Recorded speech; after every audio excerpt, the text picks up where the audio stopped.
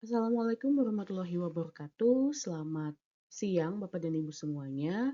Bapak dan Ibu semuanya, kali ini kita akan membahas tentang perangkat uji tanah sawah.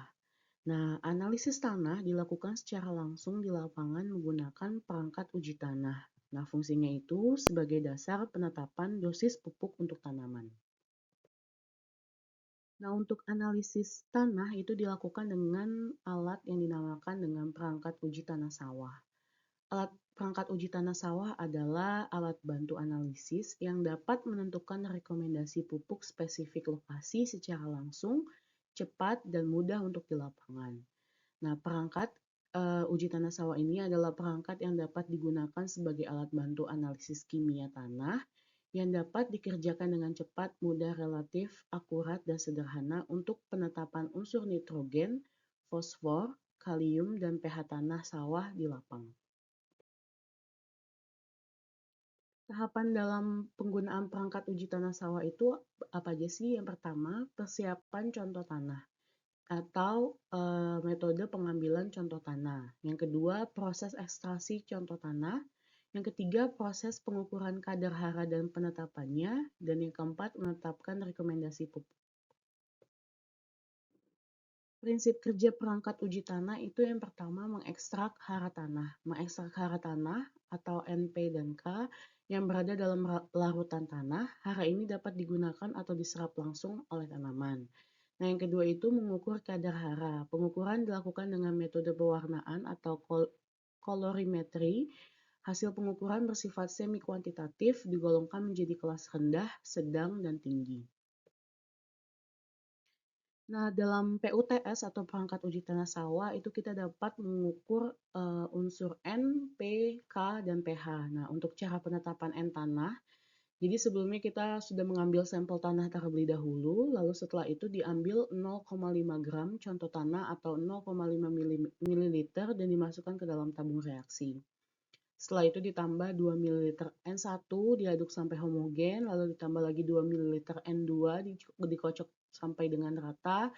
Yang ketiga ditambah tetesan N3 dikocok sampai rata, lalu ditambahkan 5-10 butir N4 dikocok sampai rata dan didiamkan selama 10 menit. Nah, setelah itu kita akan melihat warna dari tabung reaksi tersebut dengan lalu kita cocokkan dengan bagan warna N. Nah, setelah itu dapat kita berikan rekomendasi pemupukan untuk N. Nah, kalau misalnya tanahnya berliat atau liatnya 20-40% dan Bapak dan Ibu semua ingin menghasilkan target pertanaman 5 ton per hektar, kalau misalnya warnanya itu menunjukkan ke angka yang rendah, itu Bapak dan Ibu dapat memupuk di 250 kg urea per hektar, kalau sedang 200 kg urea per hektar, kalau tinggi 200 kg urea per hektar. Kalau menginginkan target 6 ton per hektar, maka kalau rendah diberikan pupuk urea 300 kg per hektar, sedang 250 kg per hektar, dan tinggi 250 kg per hektar.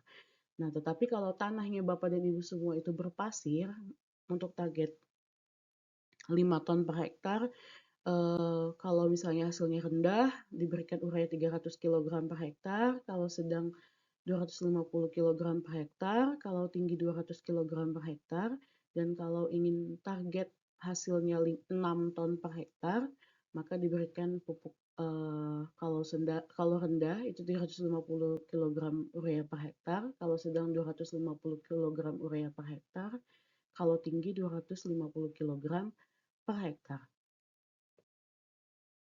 Setelah kita menentukan penetapan N tanah, kita bisa menentukan juga penetapan P tanah. Caranya kurang lebih sama seperti N, tetapi hanya beda dari larutan reaksinya. Nah, yang pertama diambil 0,5 sendok contoh tanah uji, lalu dimasukkan ke dalam tabung reaksi. Yang kedua ditambahkan 3 ml per reaksi P1 diaduk sampai rata dengan pengaduk kaca. Lalu yang ketiga tambahkan 5-10 butir atau seujung spatula per reaksi P2 dikocok selama 1 menit, lalu didiamkan 10 menit. Lalu setelah itu kita bandingkan, nanti dia akan muncul warnanya itu biru di tabung reaksinya. Kita bandingkan dengan bagan warna P tanah. Nah, ini Bapak dan Ibu contohnya. Jadi setelah 0,5 gram tanah ditambah 3 mili P1 dan dikocok, lalu ditambah 1 sendok kecil P2 dikocok merata, lalu kita lihat di bagan warnanya. Jadi ketika warnanya dari warna rendah, sedang, dan tinggi. Jadi semakin dia biru yang pekat, maka kandungan P-nya itu semakin tinggi.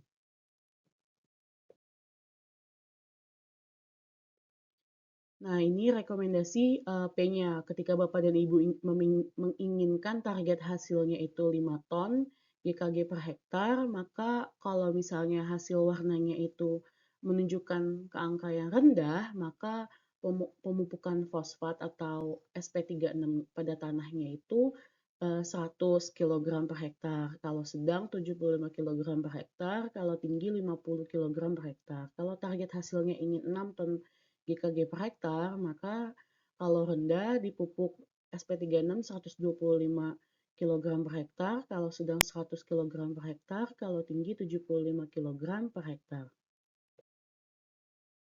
Selain penetapan P dan N, kita juga bisa melakukan penetapan K tanah.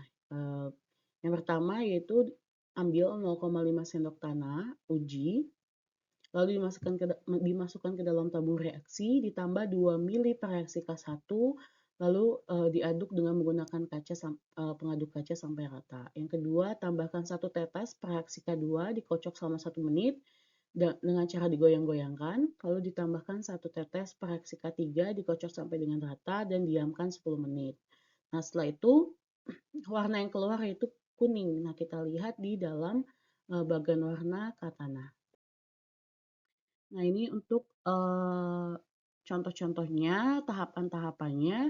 Nah, setelah hasilnya sudah diketahui, kita lihat di bagan warna K. Nah, semakin dia kuning terang, itu maka kandungan K-nya itu semakin tinggi. Nah, ini untuk rekomendasi K-nya. Ketika Bapak dan Ibu semuanya tidak ingin menggunakan jerami dan untuk targetnya 5 ton per hektar, maka rekomendasi KCL-nya kalau misalnya dihasilkannya rendah 100 kg per hektar, kalau sedang 50 kg per hektar, kalau tinggi 50 kg per hektar. Tetapi ketika Bapak dan Ibu menambahkan jerami, di mana takarannya itu 5 ton per hektar, maka untuk target 5 ton per hektar, Bapak dan Ibu dapat menambahkan KCL, itu 50 kg per hektar kalau hasilnya rendah, kalau sedang tidak usah ditambahkan KCL, kalau tinggi tidak usah ditambahkan KCL. Nah, selain kita mengetahui kadar hara N, P, dan K, kita juga dapat menentukan penetapan pH tanah. Caranya itu yang pertama, ambil 0,5 sendok tanah uji, dimasukkan ke dalam tabung reaksi, lalu ditambahkan 4 mili per reaksi pH 1, kemudian diaduk dengan pengaduk kaca sampai rata, lalu tambahkan 1-2 tetes indikator warna per reaksi pH 2, dan dikocok sampai rata, dan yang keempat didiamkan 10 menit. Nah, setelah itu kita bandingkan warna yang muncul dengan bagan warna pH. Nah, Bapak dan Ibu, ini semua contoh-contohnya setelah didiamkan. Kita bisa melihat gradasi warna larutan pada larutan-larutan di depan ini. Nah, ketika warnanya itu semakin merah, maka dia menunjukkan pH-nya itu masam. Nah, kalau misalnya warnanya itu semakin hijau, itu menentukan dia basah. Dan kalau netral, itu warnanya kuning.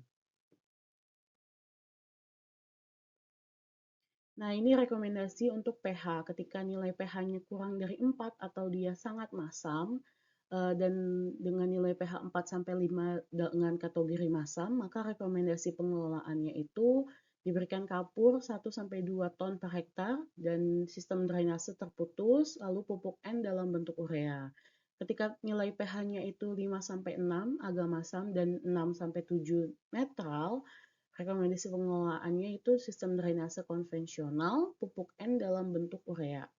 Nah, tetapi ketika nilai pH-nya itu basah atau 7-8 dan bahkan lebih dari 8, Rekomendasi pemupukannya itu sistem drainase konvensional, pupuk N dalam bentuk ZA, dan ketika dia sangat basah, pH-nya lebih dari 8, rekomendasinya pupuk N dalam bentuk ZA dan pencucian garam. Nah, di dalam perangkat uji tanah sawah juga terdapat BWD atau bagan warna daun. Nah, fungsinya BWD ini adalah untuk kita tahu bagaimana atau berapa takaran urea yang dapat kita lakukan untuk tanaman kita tanpa kita harus menguji tanahnya, yaitu hanya dengan dilihat daunnya dan kita bandingkan dengan bagan warna daun. Nah, cara penggunaan BWD saat pemupukan susulan atau sekitar 25 HST, fase anakan aktif, dan 35 HST atau saat primordia. Nah, yang pertama itu bandingkan warna daun padi teratas yang telah membuka penuh dengan BWD. Yang kedua, pastikan takaran pupuk urea sesuai dengan nilai warna daun dan tingkat hasil yang biasanya diperoleh. 5, 6, 7, dan 8 ton per hektar dengan cara budidaya yang sekarang diterapkan. Nah, ini untuk nilai warna daun dengan BWD-nya. Ketika berada di angka 2-3, ukuran ureanya itu untuk tingkat hasil 5, 6, 7, 8 ton per hektar yaitu 75 kg per hektar, 100 kg per hektar, 125 kg per hektar, dan 150 kg per hektar. Nah, kalau nilai warna daunnya antara 3 dan 4, maka untuk 5 ton per hektar membutuhkan urea 50 kg per hektar. Kalau 6 ton per hektar membutuhkan urea 75 kg per hektar. Kalau menginginkan 7 ton per hektar hasilnya, maka takaran ureanya 100 kg per hektar. Kalau menginginkan 8 ton per hektar, maka takaran ureanya 125 kg per hektar. Nah, kalau nilai daunnya itu 4-5, maka untuk tingkat hasil 5 ton per hektar, maka takaran ureanya itu 0. Kalau 6 ton per hektar, takaran ureanya itu 0 atau 50 kg per hektar.